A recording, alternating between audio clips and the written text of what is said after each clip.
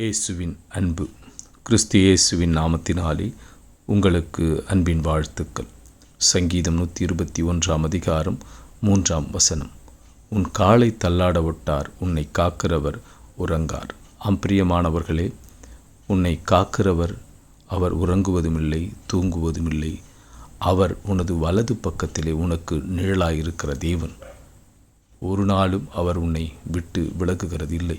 நீங்கள் நினைக்கலாம், ஆண்டவரே, நான் சரியாய் நடக்கிறேனா, இல்லை உமக்கு பிரியமில்லாமல் செல்கிறேனா, என் கால் சறுக்கி விழுமோ?